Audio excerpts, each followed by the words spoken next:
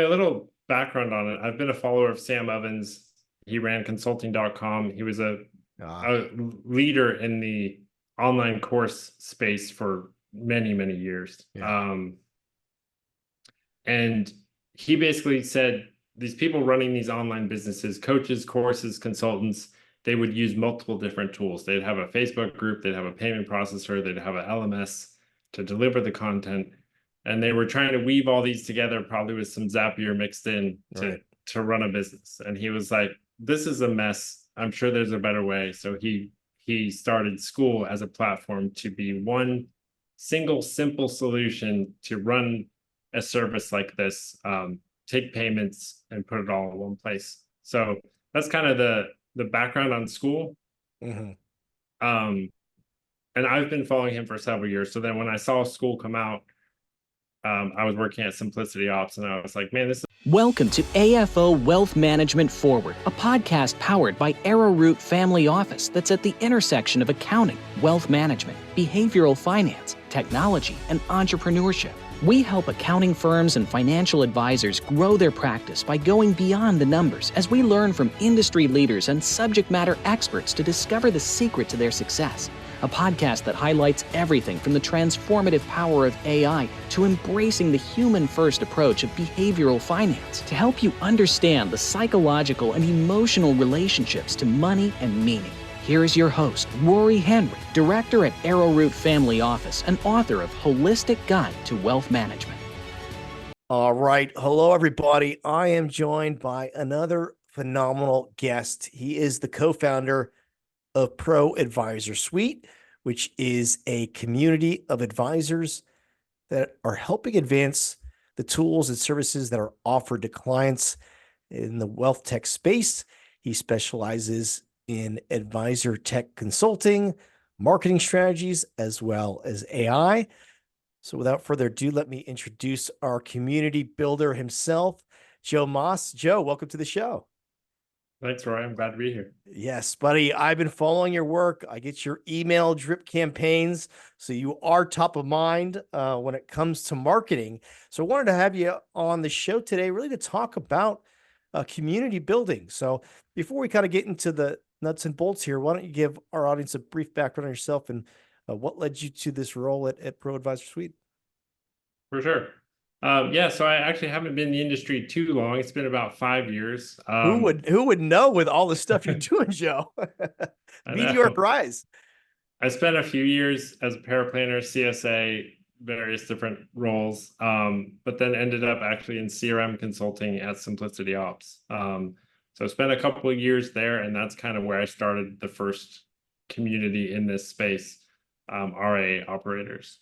So after my time there, the past 9 months or so ago, we had this Pro Advisor Suite idea to be a community all about advisor tech, also have some discounts, demos, webinars with experts, etc. So it's been a lot of fun building that out. Yeah, I mean, let's kind of talk about the evolution or the landscape of the advisor tech because we're seeing this evolution. I mean, looking at the Kitsis map, it just keeps on getting bigger and bigger and bigger. So you got to talk about maybe the evolution of the technology in the space over the last couple of years here. Yeah, no, it does. I mean, I think there's over 420 tools, and 420. there's 10 or so added per month, it feels like. It's like the Cheesecake Factory, and it's too many. It is too many. And I think there's a cycle between like all-in-ones and best in class. Yeah.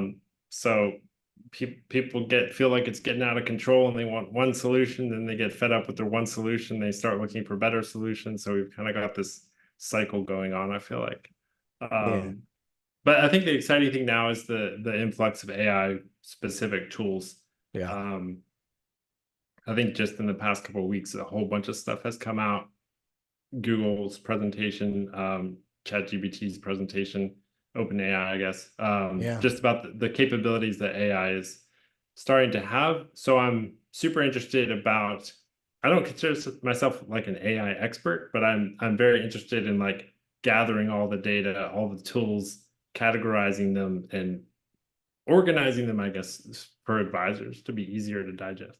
Yeah. What are you seeing as far as maybe some tools out there that advisors are adopting that they're, being successful with or helping them become more efficient or serving their clients better?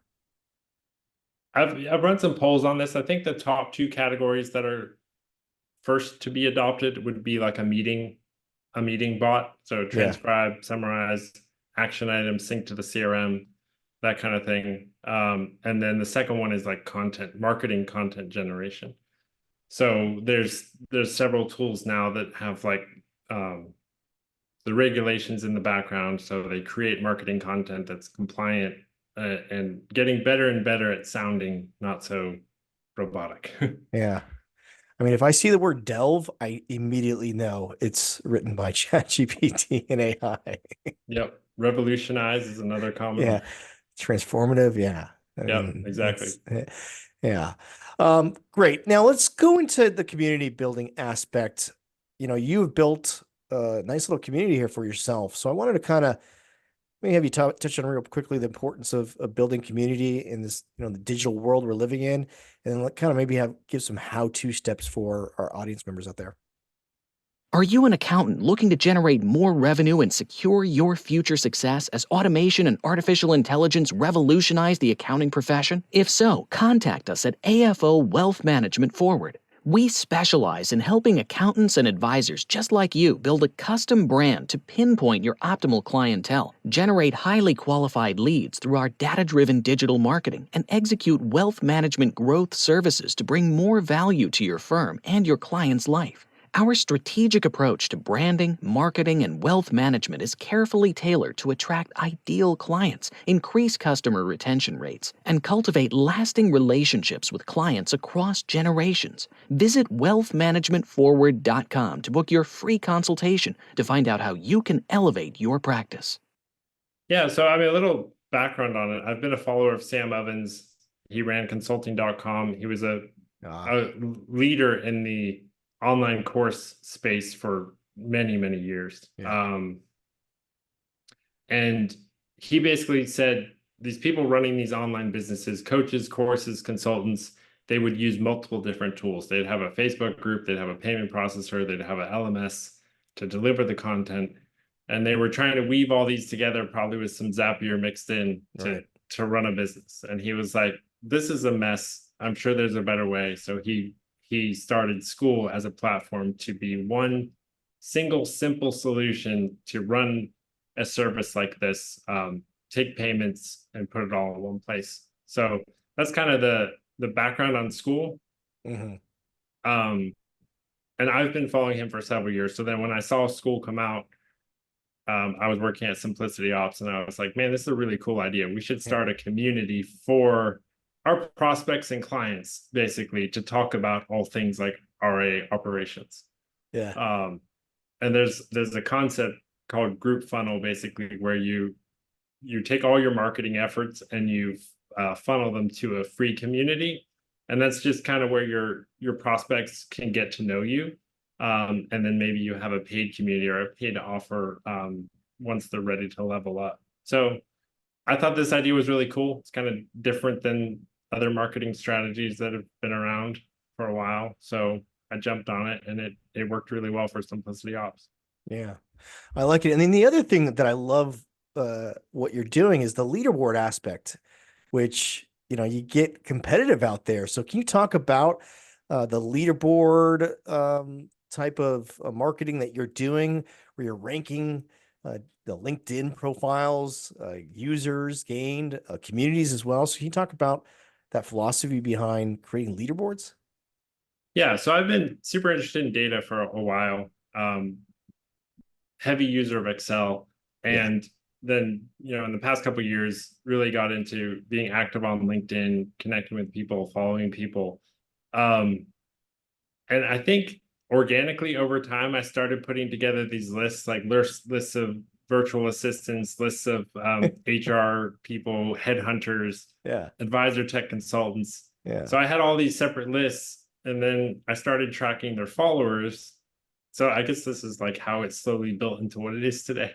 I started tracking followers, then I created like a master list, and then as I saw people that like were up and coming in the space or had big followings, I would add them to the list. And now I'm tracking like over 1,000 LinkedIn profiles, and how Oh my many goodness. followers they're adding on a weekly basis. So Yeah. It's that network effects, Joe. yeah, so network effect for sure, and also like audience hijacking. I've Yeah. noticed that. Yeah, I saw that. There's an audience hijacking aspect of this. Can you? I know that sounds, maybe not kosher here, but can you talk about that audience hijacking aspect? Yeah, so I mean, it's kind of a marketing concept. If you're starting a new business and you need awareness of what you do, you have to get people's attention, and so it's a long, hard slog to get people's attention on your own. So it's much easier and faster to add value to someone that already has an audience. Yeah.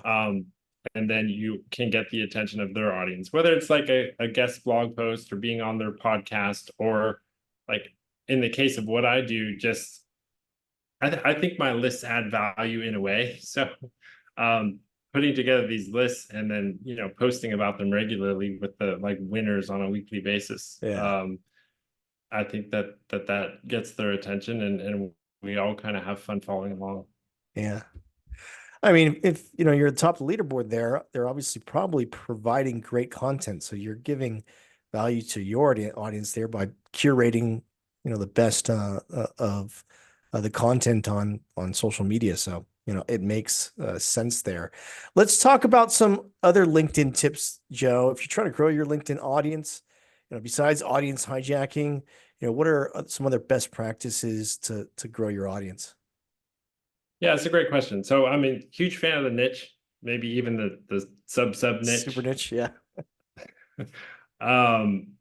So I think you've got to get really clear on who you're trying to work with. Maybe even before you have a product. There's kind of this audience, you build your audience first, then figure out what they need, and then come up with your product. Yeah. So figure out who you want to work with, who you enjoy working with, who you potentially what area you have experience in. And now it's super easy to get lists of those people. Like you can do searches on LinkedIn, Yeah. Apollo.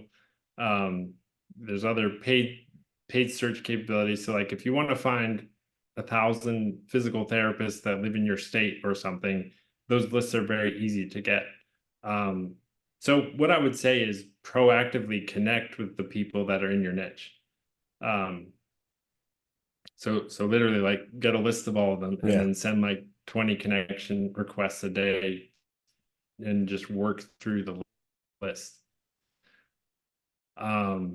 And then as you start connections, you'll be connected to more and more people that they're connected to. And I feel like it's a faster way to grow proactively in the beginning. I think I guess that would be like outbound LinkedIn growth. And then inbound is just creating great content that people want to follow. All right, stepping back here, Joe, I know you talked about data tracking. Can you go into why that's important, and then, how you can use the data tracking to build that audience there? Yeah, so I think tracking data is super insightful when you're making business decisions. I think a lot of businesses don't have that data, and it's more muddy or muddled to make decisions. But when you have like really clear data on how many prospects you have, how long it takes them to close, how many people are in each stage of the funnel, what's your average revenue per client, cost to acquire a client. Like there's all these data points that you can gather about your business, your audience, your sales process. And I think that once you gather that data, organize the data, it becomes really easy to make decisions. Like you can see, okay, I've got this many people showing up to the first meeting, but the second meeting, like my show up rate really dropped. So what do I need to do to increase and typically like shortening the time between your first meeting and second meeting will increase your show up rate on the second. Just with like all the different communities I run, my LinkedIn connections, my email list. So I actually have a master spreadsheet of everyone on my email list, everyone that I'm connected with on LinkedIn, everyone that's in my communities, and then I can see like on one row, who's active or inactive on my email list, who's in which communities, who am I connected to, and then I basically work that list to get multiple touch points across a single person basically. So I find that that's super helpful. Yeah. Basically to work the network that you build once you have it built. Yeah. And it goes back to having that holistic strategy. So once you do the outreach, you get the connection. It's then continuing to produce good content, becoming top of mind. Like I said, I invited you on the podcast, Joe, because you're in my email, you're on my LinkedIn and my Twitter. I'm constantly seeing Joe Moss's name out there. So it allows you to get better engagement from those prospects. And then it keeps your clients that retention because they're constantly seeing you and your content, which is hopefully curated because that is the audience that, you curated the audience that has specific messaging, obviously for your intended services. Yeah, no, and I'm like current. So yeah, you get the LinkedIn connection request, and you can start an email newsletter. You can start a community. I apologize in advance for people that get too many notifications from school. They send out a lot of notifications. You can change the settings. I actually sent out an email with the subject line "school notifications annoying you," and it had fantastic click-through rates. Yeah. But yeah, so then you get those various ways that you can nurture the people that are in your list. You can provide them more value over time. Yeah. All right. Now, I know you obviously talked about AI in the start of the conversation. What should be people be thinking about, or how should they go about dealing with AI or thinking about AI, or looking to implement AI into their practice? What kind of mindset are you advising those out there when it comes to AI? I think the purpose of AI, just like any technology, is to do something more efficiently, do something better, do something cheaper. And I think that should be the mindset you approach AI with. And then just maybe the added thing with AI is just around data security. Who has the data? Where's the data going? Who owns the data? That kind of thing can be something that's very important for financial advisors that have a lot of private data that they need to keep secure. So there's actually been a lot of technology layoffs recently, and potentially it's the reason why there's this influx of new advisor tech right now. There's just a lot of techie people that are starting these companies, and I think the advisor tech space is a great space to start a business.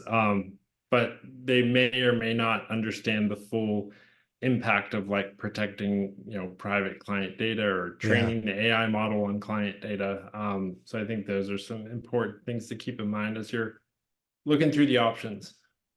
Yeah, I agree. It seems like every day, obviously, ChatGPT just released ChatGPT 4.0 or O, that is. And I started working with it. It's getting better and better. And the fact that we can potentially have our desktop being reviewed is obviously security issues with that. But it seems like the AI is getting better and better and only going to make us more efficient here. But I go back to the fact that people still want to deal with people who have a shared human experience. So having that human element to it. So as much as we can optimize our business, I think it's important to build those communities and work with other people out there who have that shared human experience. Yeah, for sure. I think in the past couple of weeks, I went from AI is new, experimental, kind of cool to no, AI is a life-changing technology that will affect everything. And I think more and more it's gonna be in our phones, in our cars, and in the software we use at work, in our social media apps. I feel like it's gonna be everywhere, and it's gonna be people already struggle with phone addiction and stuff, and I feel like AI may be used just to make that even worse. But stay vigilant, use the good parts of it. Right. So what are you seeing as far as the advisor of the future here? then, Joe? I know that obviously we've mentioned on the podcast before the McKinsey study that says that, by 2030, we're becoming life planners as much as wealth managers. So what do you see as far as the future of advice here? I think for sure it's come from managing investments and picking stocks all the way to, planning home purchases and having a baby and those kind of things. Taxes. So it's kind of gone from very small to like almost any part of your Financial life, yeah. financial life. Financial life and then actual life, right? Yep, exactly. And I think almost like physicians, there will be specialists. Yeah. It could be tax specialists, estate specialists, Right. buying home specialists, etc. I mean, that's why I trademarked advisor, because I think in the future we're not going to be a financial advisor or a estate planning advisor or a CPA advisor, business advisor. That there's going to be that person that's quarterbacking that relationship that can plug in the subject matter experts who specialize in certain services when it's needed. But there's going to be someone kind of guiding that relationship, helping people grow their business, grow their personal finances, and helping them improve their overall well-being. Yep. Yeah. Awesome. All right, Joe, this has been informative. Is there anything else that you want to share with our audience that we didn't touch on? Check out School. School is going to be a big that's a game social media changer platform. Yep. Yeah. I love it. And there's no AI in School yet, so it's safe. It's safe. All righty. I'll put that in the show notes. If someone wants to get in contact with you, what's the best way to do so, Joe? LinkedIn. Just look for Joe Moss on LinkedIn. I've got a spider web and a graph going up to the right around my name. He does. And we're going to work on a leaderboard comparing the thought leaders in accounting and in the wealth space. Sweet. Yes. All right, Joe. Fun. Appreciate it, buddy. All right. Thanks. Oops. All opinions expressed by Rob Santos and Rory Henry on this website podcast interview are solely their opinions and do not reflect the opinions of Arrowroot Family Office LLC or their parent company or affiliates, and may have been previously disseminated on television, radio, internet, or another medium. You should not treat any opinion expressed by anyone as a specific inducement to make a particular investment or follow a particular strategy, but only as an expression of their opinions. Past performance is not indicative of future results.